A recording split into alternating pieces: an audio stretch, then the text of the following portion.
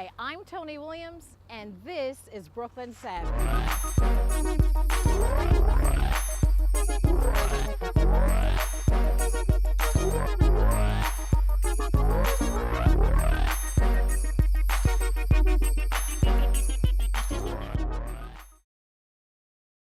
Williams, and this is Brooklyn Savvy. Now we're here with Donna Marie Freitas. Now you are the author of Sex and the Soul, and we're going to be talking to you right after I get a chance to introduce our Savvy panel. We have Jennifer Jones Austin. Now you've been with us before as a guest, and we just decided we wanted this beautiful lady to join us. So thank you so much, Jennifer, for being on, and Denise Arbisu and Colette Ellis. Now, Donna, your book, Sex and the Soul, talk to us about it. It's a number of stories that are reflections of college students' sexual and dating behaviors. Well, I went around and collected the stories of college students around the country at different types of universities. And I also surveyed them about how they felt about sex and faith and how those two things go together or don't in their college experience. So let's talk about hookup culture. Meaning, I think when I read your book, I mean, essentially, it was about hookup culture and how kids are coping, or college students are coping with that. Can you talk to us about that?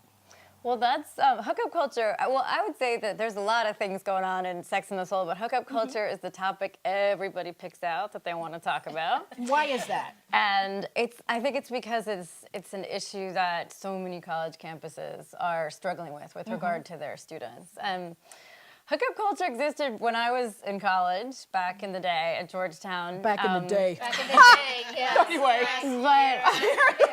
But it wasn't quite the same. And so the way I think about it is when I was in college, hookup culture was kind of like a town on campus, and you knew where it was, and you knew who lived there, and you could go visit it if you wanted.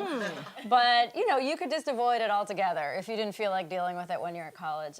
But today it's completely different, and hookup culture is college. It's everywhere. So when you go to college. So but let's define it for our audience, what it is. I think we need to start with that. I'll do the 3 criteria definition, which I got from listening to so many students talk about hooking up. And so the things that come up over and over again when they tell me what they think hooking up is, or what a hookup is it's brief, so it can be anything from 5 to 10 minutes to a whole evening with the walk of shame. There's some form of sexual intimacy. Wow. There's some form of sexual intimacy, and it can be just kissing, and it could, all the way to different types of sex. We don't know. It's left vague. And then the third thing is don't get attached. No emotion whatsoever. You got to walk away unscathed. But it can be with a friend. Yes, it can be with anybody. So, but the idea is that there is brief sexual intimacy where you don't get attached. So there's no expectation of a relationship coming out of the hookup.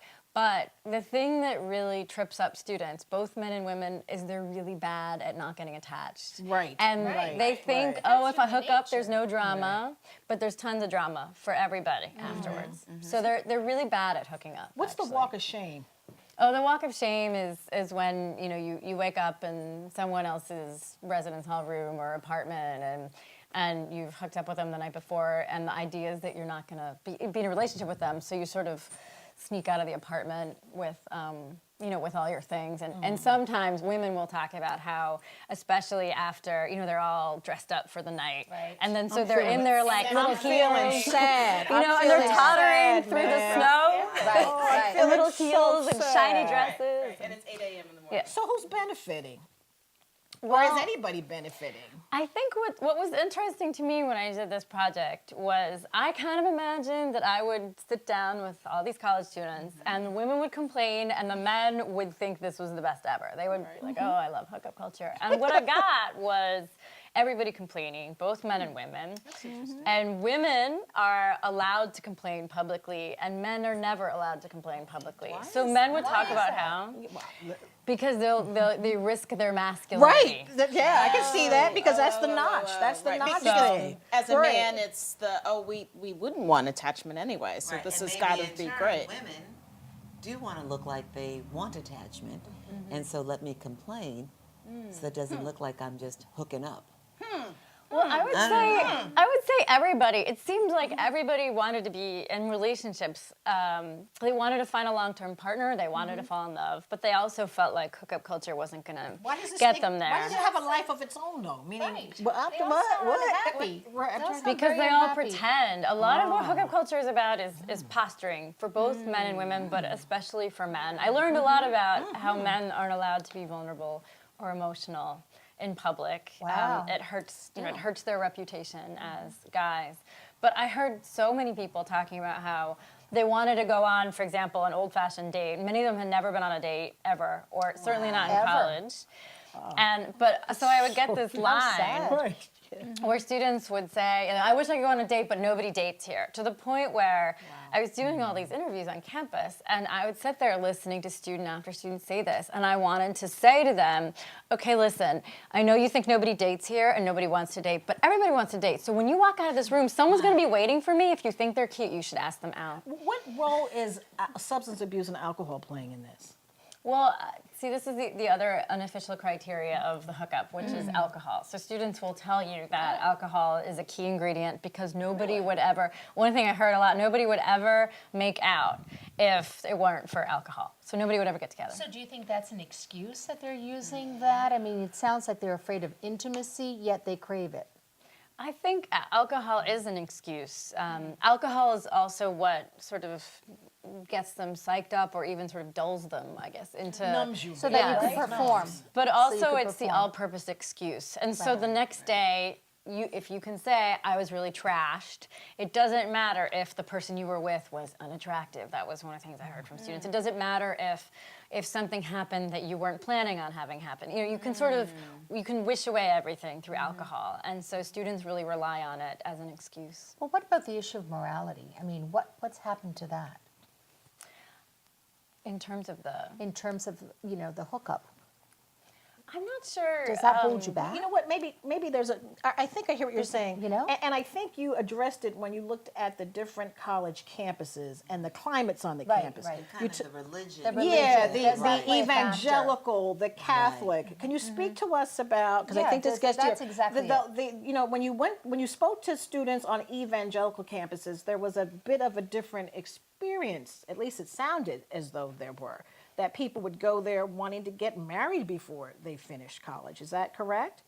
Well, I would say that all the students, in general, regardless of the schools that they went to, had a really intense sense of what they wanted and who they wanted to be, and they wanted to be in relationships. They wanted to treat their partners with respect. They wanted to be treated with respect, Wow. but they were in circumstances where that wasn't necessarily available to them, or they felt like it wasn't available to them, or no one else would treat them that way, so that they felt very alone, I think, and their wish to be respectful, to be respected. And, Even on your evangelical campuses? All Because it sounded campuses? as though, and perhaps I'm wrong, but those students were a little more aligned with their values as it related to sex. Oh, well, what I would say is that students at the Catholic, private, secular, and public schools have a huge amount of dissonance between who they feel like they are and what they want and what they feel like everybody else expects of them and how they have to act in public. So there's this big gulf. And then at evangelical campuses, it's a very different ballgame in the sense that students are there, they go to college to develop their faith and to develop who they are as Christians, and they go to places specifically where they're going to be among other Christians who are doing the same thing. And so everybody starts out on the same page as, well, for the most part, as, we're here because we're Christians and we want to figure out what that means for us, in terms of our education and the future. And so that really changes the One of my biggest circumstance. takeaways from your book was that struggle of some of the students at the in evangelical colleges, where they were, a student might have sex and then feel so much shame. Right. And Guilty. Right. try to figure out how they held like two truths. I am a Christian, but I've engaged in sex, and if I go back and I do it again, then Or they want to That- reclaim that- their virginity. right. How about right, that one? Right. I just Right, that right. was fascinating to me, and just how like kids are struggling, trying to make That sense was of our it. story. Yeah. That's the story we had growing I up. thought Yeah. all of these young people took vows with their parents for virginity until marriage, especially in the Christian colleges. Is that something that has disappeared, or how do they? There are a lot of students on Christian campuses who take purity pledges and they have their purity rings and they have these different commitments that they've made. And for some of the students, they work really well, or they're very important to the students, and they really it's a tool for them, I think, to navigate their sexuality. And for other students, it's something that they did when they were in 7th grade, and it doesn't quite work for them anymore. And from where I sit, everybody seems to have really high stakes around sex. It's one of these things where students will talk about how one night can make or break your college experience, and so it's very, very high stakes. And with the evangelical students, they experience an enormous amount of shame around their sexuality in a way where they're yearning for more openness. And it's crippling, I think. Now, Donna, in your book, you talked about students today being spiritual. What did they mean when they talked about they weren't necessarily religious, but they felt that they were spiritual? Well, often what they mean is exactly that. They're not religious. So they're looking for a way to distance themselves from traditional contexts or traditional religions. But another thing that they're doing, I think, is claiming a space where they can explore what's going on in terms of meaning. One of the things that they did a lot, the students who called themselves spiritual, was they defined what spiritual meant as meaning with a capital M, or reality with a capital R, or connection with a capital C. So all these capitalized words came about when students talked about what it meant to be spiritual. Wow. So, and G with a capital, God with a capital G. Yeah, sometimes God came up, or Sometimes. goddess, or divinity. So they're playing around with words, and they're choosing to figure out what spirituality is to them, as opposed to religion. And so they're often doing it, over and against religion. So is it like an open rebellion to some extent, if they were brought up strictly, and then this is a way to let go and explore, experiment? quiet Or rebellion? is it a quiet? Exactly. I would say it's definitely a resistance for most of the students who are saying I'm spiritual, or I'm spiritual but not religious, because they'll say that. They'll say I'm spiritual but not religious. So that means I believe in God, but all the rules and things. It doesn't necessarily mean they believe in God. Oh, not that either. No. Okay, all right. And or not God as they grew up with, not the sort of traditional understanding of God that they might have gotten from their tradition. They're rethinking what God or the divine or reality with a capital R is for them. And they're really, I think they're trying to claim another space. Many of them are not sure what it means. They're sort of floating there. But definitely what it is for a lot of them is they're resisting the tradition they grew up with. Are they trying to claim another space? Are they resisting because of sex or something else? So what I'm saying is this something where they're trying to create a new identity, a new sense of self, to deal with their sexual identity, their sexual interests, their sexual pursuits, or is sex part of all of it?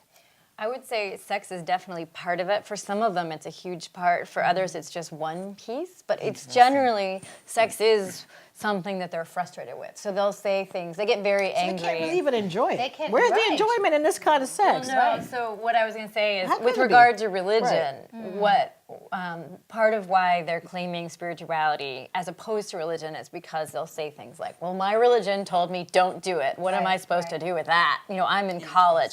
So there's a sense of my religion just left me to deal with this on my own, because whatever I'm taught doesn't work while I'm at college. And then there's just this general feeling of religion is oppressive to me. Traditional religion is oppressive to me. It's all about do's and don'ts, and mostly it's about don'ts that Now, don't what fit about me. the empowerment of women, though? I think, Daniela, we were talking about that, and you kind of you can express it yourself in terms of women, of your generation. You can speak to it. No, you don't need me. As we've been discussing this and since I've just come on, I understand that we're talking about in college, there's maybe some aversion on the part of students to religion and to dogma and to taking on a tradition to which they're expected to adhere. But college is also about awareness and exposure and an opportunity and a kind of a window in your life when you're allowed to question and you're encouraged to question authority or traditional principles that might have been applied in your society by other people who don't represent you at all.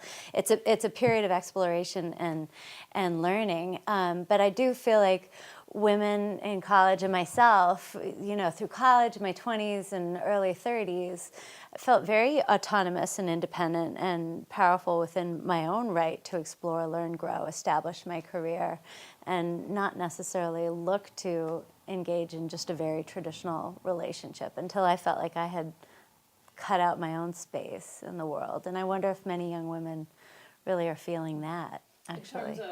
Are we talking about hookup culture again? I think we shifted. I think that's I think that's kind of embedded in there, meaning free to hook up. Well, I think I'm empowered. I hook up. I think that is. I don't know about that though. I think that is the idea.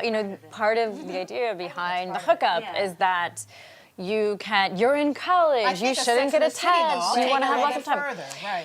But it's not Sex in the City in the sense that it's way more because this isn't about. I mean, it's a very narrow vision of sexuality at college, and that's what's depressing to me. Restrictive. Because at least Sex in the City, they were asking questions. And they, what is it? Can I, have sex like a man, or, supposedly, and can I walk away and not care? Or what if I do care? Or do I want a relationship? And what does love mean? They're asking all these big questions, and a lot of my students have often been longing. They call up Sex in the City. A couple of years ago, they used to do this a lot for all the stuff that they were missing in hookup culture. And so I think, in theory, that's what hookup culture is about. But in reality, they feel it's like a tyranny. Because like it that. doesn't Right. feel to me Yeah. that it's not Right. it's not necessarily that the student is in control. Right. And It's a coercive sort of situation. Right, They it's, feel like they have it's- no other Right. choice. Right. There's a lot It's of peer peer pressure pressure. in this. Right. Now, what role do you think the porn industry has played in this? I mean, you were talking about some of the thematic parties like pimps and hoes and office hoes and CEOs. And for some reason, we always end up on the hoe end. Yeah. Yes. I don't see how that's empowering. I don't get that. I've spoken to young women about the fact that do they realize they're on the whore end? It's always ho, ho, ho, ho, maids and schoolgirls and all the No disempowered power. No positions. power. Right. I think, I'm not sure that the pornography industry intentionally created theme parties. That would be an interesting thing to research. But pornography is everywhere because of the internet now. And so it's just ubiquitous. Before it was something people used to do in hiding, and now it's all over the place. And so most of the students, though, don't realize that with theme parties, maids and millionaires, politicians and prostitutes. Listen to this. I don't see where this is empowering. It's not about Right. Well, and they dress up. That's the other thing. I remember when I first heard about theme parties, it never occurred to me they actually dressed up, and the students had to explain that to me. And so they dress up for them, and they're playing out these porn archetypes at their parties. They're literally acting them out. And the idea is that you get extra wasted because people talk about how the alcohol is flowing even more. And then you have to gear up to be really crazy and hook up. And so what's interesting to me is that you have both young women and young men on campus who are not reflecting on these issues. And when I learned about theme parties, I learned about it in a gender studies class I was teaching, and it didn't even occur. It occurred to one student in our conversation to question these theme parties, in our course, and then. None of the other students had thought about it. And I sat there thinking, you guys are gender studies minors? And it didn't occur to you that dressing up as a prostitute every Friday night is perhaps something you might want to think about? Right. But you also worked with students who wanted to confront the hookup culture. Can you speak about that? Because that's so important. That was a different class. And I don't mean the hookup culture college students. I mean hookup culture. Well, I'll say one quick thing about the students, though, about young women in particular. I would say that one of the things that they're struggling with is they're struggling with what does it mean to look sexy? What does it mean to dress sexy? And they're looking for opportunities to do that. And so I think that desire is very genuine, and it's a good desire to have. But the problem is they feel like the only space they're allowed to explore this is in these parties. And so part of what I feel like we need to unpack is, well, what about, you deciding I'm not going to just let this be the only space. I'm going to experiment with this in other places because then I'll be really empowered. So that's one thing. Because But I respect their desire to want to be sexy. But I wanted to kind of get to how your Tony, kids. I want what- to ask this question because this is like really bothering me. I want to understand how we transitioned from a culture of free love, where love was the operative word and everyone respected one another, and sure, they went crazy and wild and did drugs, and depending if you were called a hippie, depending what area you grew up in. What happened? How did these kids, it sounds to me so dysfunctional that we've moved into a direction where there's no love, no enjoyment, a lot of put downs and insults and degrading of women. What happened? One of the things that that I often get a question when I lecture on this project about, about how this is the fault of the 60s free love movement and feminism, obviously. Well, and, right. The And so feminism one of the piece. things that I say is, no, I think But I don't How do agree. you see the feminism piece? Because women probably went, and I don't want to put words in your mouth, women probably went to one extreme. I would say that this is like hookup culture is the antithesis of the feminist Exactly. movement. It's the antithesis of what feminism Exactly. is about. It's also the antithesis of what the 60s were about. In terms Right, of, I agree. because feminism is about choice Yes. and and empowerment, and hookup Respect. culture is not about choice. It's about having to do this because everybody else is doing this. Conforming. And so, yes, it's about performance. And so I would say that the idea that, the feminist movement or the 60s are to blame for hookup culture is wrong. I feel like, if Right, anything, right. that's just simply a misinterpretation of Right. those movements. Yes. Hookup culture is a whole other thing that really goes against those movements, I think. So as we're sitting here, we're talking, I'm thinking about somebody who hasn't read the book. And as they listen to us, they might be thinking, well, how's this different from a one-night stand? I mean, something that people have been doing on college campuses and elsewhere since the beginning of time. Well, I think if it was just about one-night stands, we wouldn't be here having this conversation. And in theory, I think so too. A hookup should be fun. Students should be able to hook up and have a good time, and that is part of it's part of growing up, something that they might want to try out. Except the problem is they feel like it's the only thing they're allowed to do. Maybe by the time they get to be juniors, seniors, they can have a relationship, and generally that's they get there via hookup that turns into a serial hookup, and then they maybe can have a relationship. But I think for students, it's not so much that the hookup on its own is something that's making them feel uneasy or bad, or maybe like college has not turned out the way I thought it would. It's living in the context of hookup culture for 4 years. Oh my goodness. That is really hard for them, and so that's really the difference, So I think. you had some students, though, that were in your class that decided to confront this culture. Could you talk to us about some of that? What they did? They're the reason why I ended up doing this study in the first place. They were students who were taking a class I taught on dating and spirituality, and they spent the first half of the semester talking a really good game about all their exploits on the weekends. And then after spring break, one of the students spoke up and she said, I hook up all the time and I know that I'm supposed to love it, but I don't really think I can name She a did that time in that front I of the enjoyed class. it. Name She a was like, time but I that she keep doing enjoyed it. it. She's like, but I keep doing it. And then one by one, every single student in the class said, I feel the same way, and I thought I was the only person. So I didn't say anything.